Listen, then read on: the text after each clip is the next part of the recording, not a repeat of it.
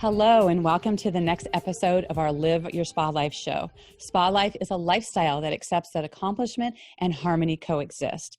The spa and spa life, the SPA, is for seek power always, that power within us to do our deeper work in the world. I am so thrilled to introduce to you my very special guest today, and she has shown so many ways that she has stood in her power of really doing her deeper work here in the world. Jeaneane Henson is a fitness professional with over 4 decades of experience in the health and fitness industry. After experiencing a life-changing accident as a competitive equestrian athlete, her rehabilitation inspired her to pursue a career helping others achieve a healthy, fit, functioning body. Jeaneane, welcome to the show. Thank you. Thank you, Diane. Thank you for having me. Absolutely. I find your story just fascinating, and I'd love to jump into, you were a competitive bodybuilder and became an ambassador for women in bodybuilding. And I love that you're empowering them to really have more of a feminine physique versus being the stereotypical male physique. And one of the things I noticed, I met you over at Todd's gym over at Fitness Quest 10, and I noticed just the fitness of you, how you carry yourself and how you are, and you really exude strength and femininity. And I'd love for you to share, what was that like for you as a pioneer in that field? Well, it was an interesting time. Women's bodybuilding was this was in the early 90s, was dying off. And I think the promoter, who's John Lindsay and PC Productions, he liked what I had to offer as I had a more feminine look. So it was also very challenging because I didn't put on muscles like guys. So I had to work extra hard to get some muscle on me, but I brought more of a feminine appeal. And this was way before they had the physique and figure contests that they have now. So it was just at the start of that. Right. Oh, I love that. Now, you are also the founder and owner of California Bodies, which is a San Diego-based fitness center, and it serves, our community here, larger here in San Diego. And your mission is to mentor the next generation of fitness professionals. Where did opening and starting the gym fit into that? Was that something that happened before or after that? And how is that serving your mission? Well, so I myself worked as an independent contractor in most of my career. And I like to have a say over, my time and when I work and what I get paid. So I liked being an entrepreneur. And I know it was difficult to be able to work in some of the box gyms and still maintain being an independent contractor. So when I started bringing trainers on here at a fitness center where I wanted to create the energy that I wanted to bring to people and not just the kind of cold environment in a regular box gym. I wanted more warmth here, and I wanted to give young trainers an opportunity to grow their own businesses and step out and be an entrepreneur rather than just working for minimum wage at whatever gym. Yeah, absolutely. And, you have so many certifications in fitness, and I noticed that several of them have to do around brain health, right? Around the Academy of Brain Health Performance and Dr. Amen's brain certification. What led you to focus on those particular certifications? I know that you have, your latest project around the 3 Elements program. Maybe share a little bit about what that is and what is your passion behind combining the brain health into the equation. Well, how it started, I was actually on a business retreat up in Napa, California, and Dr. Frank LaFurla, who is the Dean of Biosciences at UC Irvine, was giving a talk about the research that was being done at what's called the Mind Institute, and its mental impairment and neurological disorders. And I started getting very interested in his work. And he later invited me to hear a woman speak. Her name is Laura Baker. She is a professor and head of geriatrics at Wake Forest University. And she had just concluded a study, a small study, on the effects of exercise and cognitive decline. And as I heard her speaking, and what her results showed was that through aerobic exercise, a particular level of aerobic exercise, that the people with cognitive impairment, it's called tau tangles, which are like protein that gets twisted in the brain. It actually was diminished. I got so excited because this was the first anything has shown to begin to reverse some of the steps of Alzheimer's and cognitive decline. And it was something that could be implemented in my industry. So I had to grasp a hold of it. Yeah, that's amazing. I mean, we know how that exercise is so, we should exercise for our body, but to really look at that, there's so many multiple purposes about how you feel. And now this being connected to your brain health is just like a whole nother avenue to be approaching in the fitness world. Yeah, and talking about having control over your destiny and what kind of cognitive decline you might be facing, there are steps that you can take, lifestyle changes, where you take back that control and have a better result. Oh, that is fantastic. Well, and I love how, we talk about how it is that we're designing our life, right? And what it is that we are doing versus default. And, these things about taking control of your life, of your brain. You use a principle in terms of really being able to use the ready, fire, aim. Right. And we've heard different versions of that. People put in different order. They aim first, they fire first, they do all these different things. How is it that you choose that order, and how does that serve you? Well, it's kind of my nature that when something like with the Alzheimer's program and brain health, I didn't know anything about it at all other than it related to my industry. So I get an idea and I become passionate about it, and I want to accomplish that.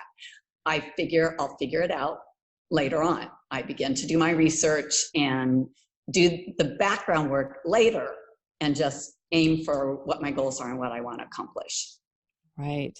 Well, and I know that part of your really designing your life is relishing learning the unknown. I'd love for you to expand on that, because a lot of times people, they run away from the unknown, or that whole being in the comfort zone and all of those type of things. Talk about relishing being in that unknown zone. Well, I've always felt that there's really only two places that you can be. You're either in growth or decline. There really is no comfort zone. So if you're not growing, you're declining, right? Right. And it's something that it's a requirement with the trainers that I mentor here, that they do continuing education. I love education. Ours is an ever-changing industry. We have to stay on top of the latest research that is coming our way. And I love learning. So yes, it can be scary when it's the unknown, but I'm going to learn so much that it's exciting to me. Right, right.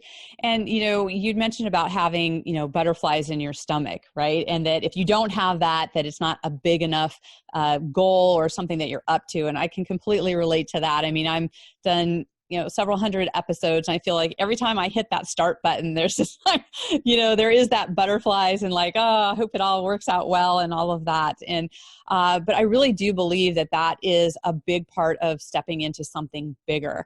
What is something that you've been doing recently that has triggered some butterflies for you?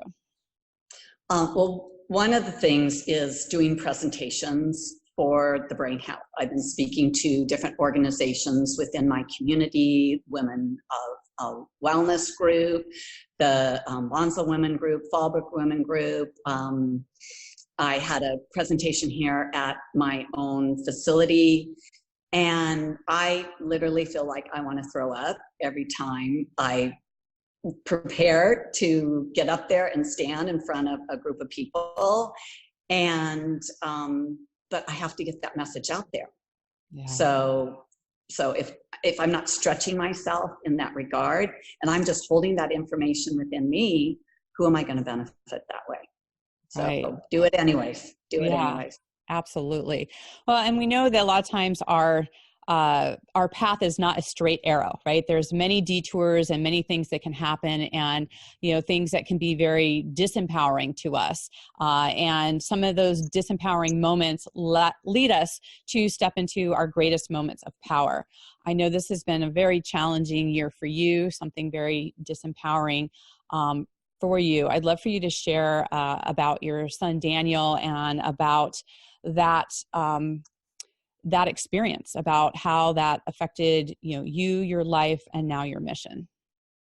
So my son Daniel was a veteran of the 82nd Airborne, and that was his passion and his purpose. He, since a little boy, wanted to be in the Army, wanted to be in the military, and he developed some health issues, and unexpectedly, and this year, in March of this year, decided that if he could not live his life his way, he was not going to continue in his life, and he took his life. And,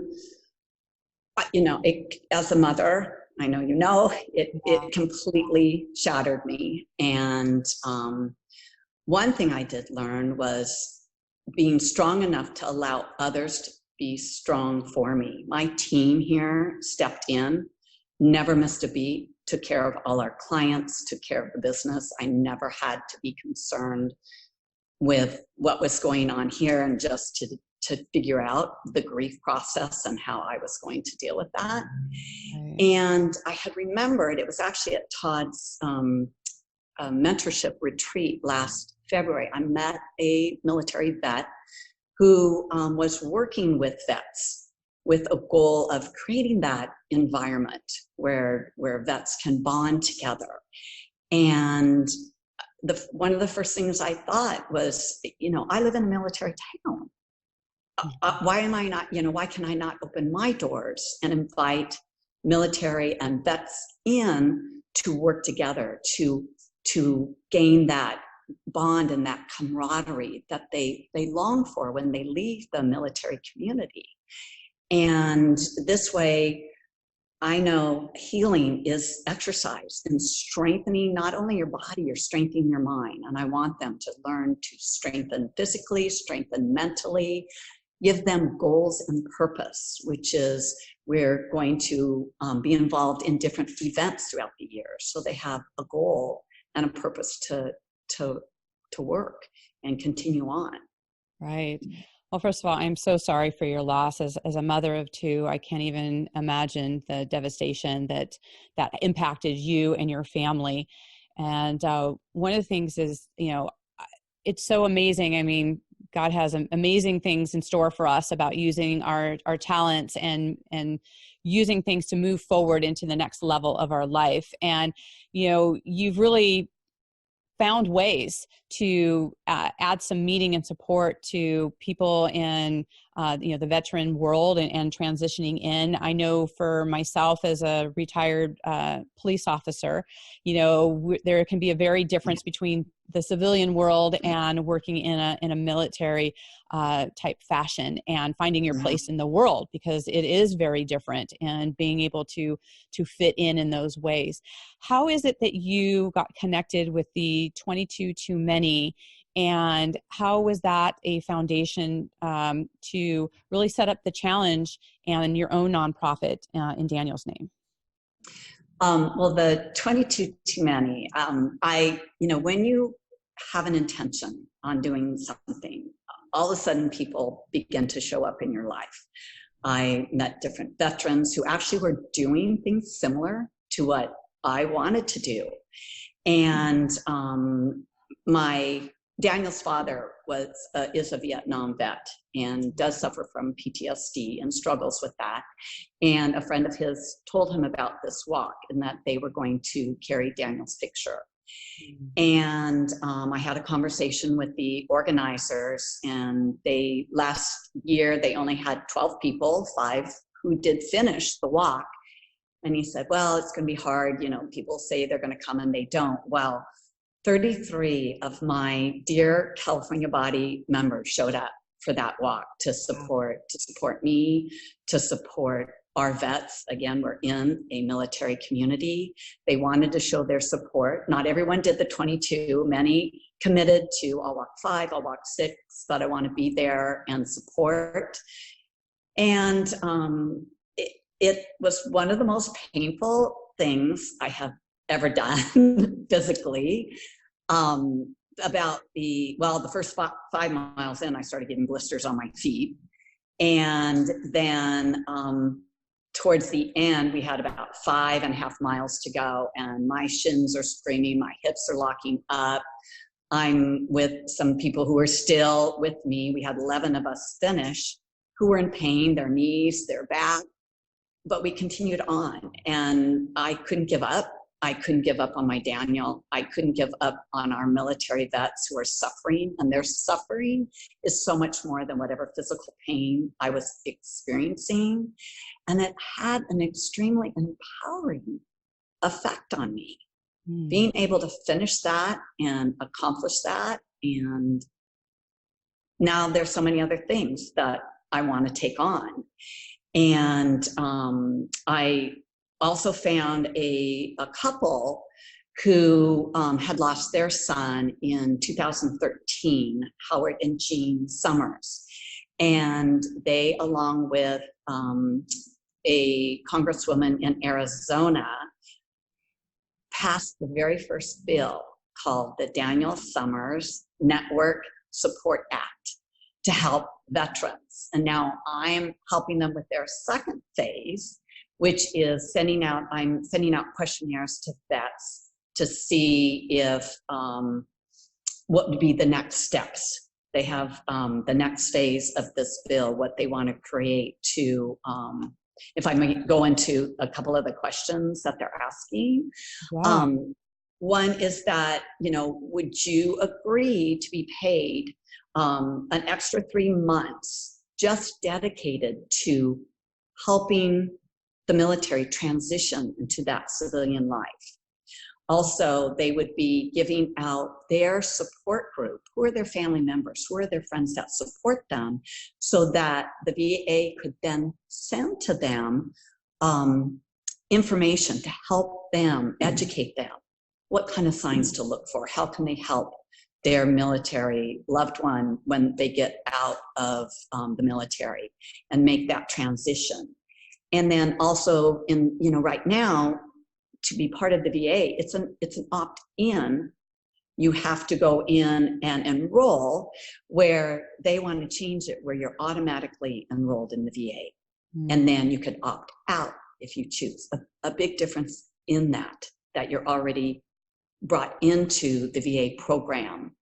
Right. And there's a lot of work that they're doing to help change what has happened to so many of our vets.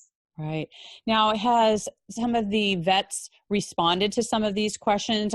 What are some of the feedback that you're getting in talking to so many different vets as far as what they see that they mostly need for support?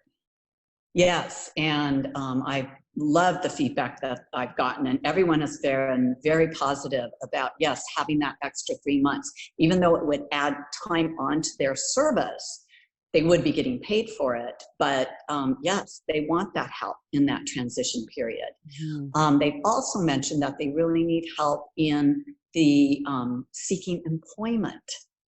That has been a big struggle. So, including, kind of how to put your resume together, how to go out and get jobs, what companies are very veteran. There are a lot of companies that are veteran friendly, but these men and women getting out have no direction and no guide in that regard. So, and they wanted to be enrolled in the VA, right off and get that help and support. Right. So because we are such a military town, do you find that because of your intention and focus that a lot more military are connecting with your facility and helping build connection, not only in their fitness, but also in the building of friendships outside of service? I have not tapped into current military or vets as yet. I'm still working my way through that process. However, I have members who are Marine vet, Navy, Army, who want to be part of this movement and help me with that. And one of the things that I want to do is just, what I found is there's so many organizations out there to bring awareness and to help veterans, that instead of creating yet another nonprofit, part of my goal with my nonprofit is to support these other groups as well. So there's a group that is doing strength, like strongman competitions. Right. So I'm have one of my vet friends who is wanting to do that, and he's training people to do that. So I'm just beginning to open that door on getting connected with the military. Also, the VFW, we have one here in Fallbrook, and apparently I have found out that I can be an auxiliary member because my son did serve. He served in Afghanistan, so he did serve in a foreign war. So, so those are the avenues that I'm beginning to explore to make those connections. Oh, that makes sense, to just have that collaboration, right? And just be able to really pool those resources together and things that people have already discovered, to really see how those things can work together and really support. And, you know, one of the things I know that you have an amazing gift that you're offering to our listeners, and particularly for those who know a veteran who has lost their struggle, and really that you would like them to be honored, right? So many times when that struggle happens, sometimes people don't want to talk about it, right? Or they don't know what to say, but they want to have some honoring of their family member. And you just have created a link with people to the 22 Too Many. And I'd love for you to just kind of explain to our listeners, for those who have a family member that has experienced this, in what way they can be honored and how you can connect them in that way. Yes, so the original group, 22 Too Many, started in Oklahoma.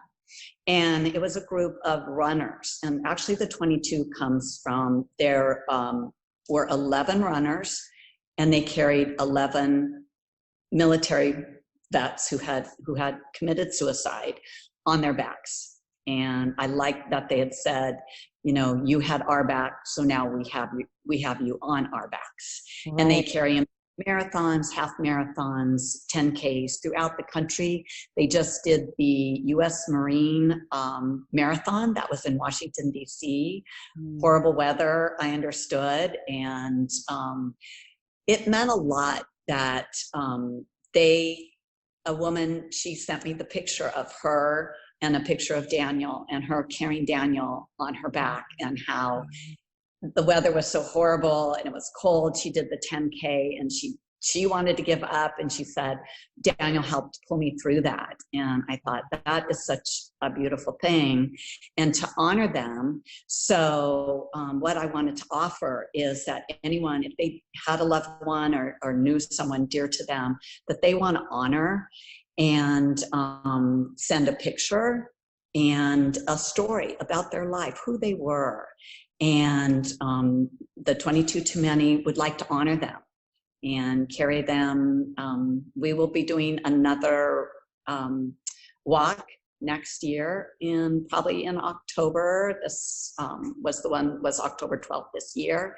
And we want to carry these vets and remember them and take a stand for them. Right. So if you want to click on the link and send me their information, I will contact them and get the information to the 22 Too Many. Perfect. And we will have that link in the show notes, so people will have access to that. And just to clarify this, you know, carrying on their back, that it's their picture and their story and the inspiration of who they are, that a picture of that will be on the back of the runner, so that they are carrying them through in this honoring way, and to let their story not die with them. There's so many stories of their courage and, you know, fighting for us, right, in so many different ways. And just because they lost their battle back here at home, doesn't mean that we can't still honor their name, their warrior spirit, and everything that they've done to continue that service. So just thank you so much for offering that. I know that there's going to be some listeners that are really going to want to take you up on that, or no, okay, because we all know people that have been affected by this in some way.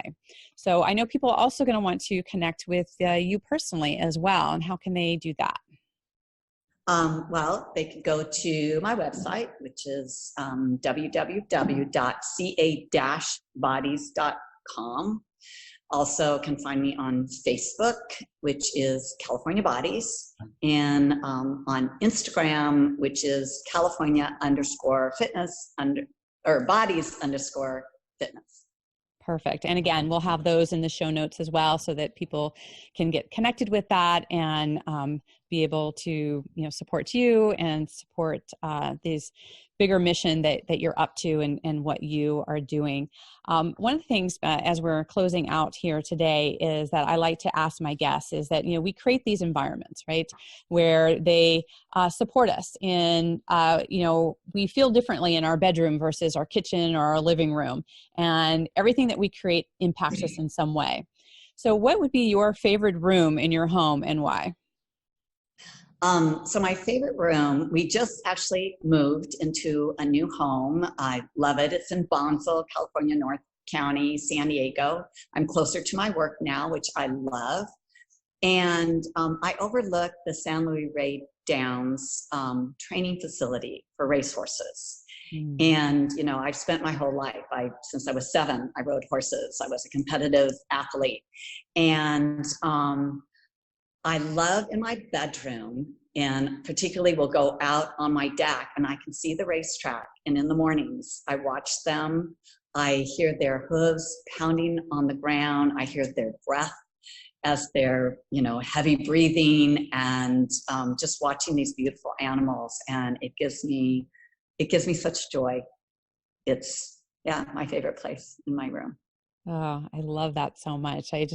I get so inspired by the environments that people have created, and, because it has this visceral effect on how we experience how we're being and what we're up to and what that looks like. And so any final thoughts for our listeners that, may be in a place of struggle right now, anything that you can offer them as far as where to go from here? And I kind of have a 2-part to that, because I know that part of what you've also done is you've done some journaling to really help you move through the grieving process. Has there been some things that has revealed to you on paper and in those moments that have given you some insights into your journey? Yeah, the journaling, it was very interesting because I'm searching to find out, how do I deal with this grief? And I read a lot, and, to identify the stages that you go through. And the thing that connected with me is the only way you can really tell any progress that you're making is to journal. And it's true. So, and my journaling is usually, I'm talking to Daniel, and it starts with, as I look back to where I was in March, you do see, it never goes away. I'll never get over the grief and loss of my son, but you do see some kind of progress. And that's really encouraging. And I think out of that comes the idea of how Todd actually was wonderful during this time. And he'd sent me a video of Rick Warren. And it rings in my head constantly that out of excruciating pain, others will benefit. And that, finding that greater purpose. And we all, just like the vets, we all need a purpose that keeps us moving forward in life. Oh, thank you for that so much, and it's just always reaching for what is that purpose and making our impact here in the world. And I want to thank you so much for sharing your wisdom and your journey and just the impact you're making with the vets today, that they do have resources, they are loved, and we want to connect them with those resources. So for those of you who may be tuning in here, want to make sure that you guys check the show notes to make sure you get the links so that you can honor your own vets in your life and really just keep their memory moving on. And one of the best ways we can stand in our power is to overcome those disempowering moments, to see how we can turn it around to really impact the next person who might be struggling. So with that, I just want to thank you so much, Jeaneane, for being here and sharing your wisdom and your journey. Thank you so much for having me, Diane. I really enjoyed sharing with you today. Absolutely. And for our listeners, we know that your most precious resource is your time, and we thank you so much for joining in here with us. Part of how we get these kind of messages out into the community is by subscribing to the channel and writing your comments. What's your takeaway today? What are you going to shift and do? What are some of your big goals that you have? How can we support you? Make sure that you tag both Jeaneane and myself, and we can answer any questions that you have and support you in your journey. So until we connect again, live your spa life. Bye for now. Bye-bye.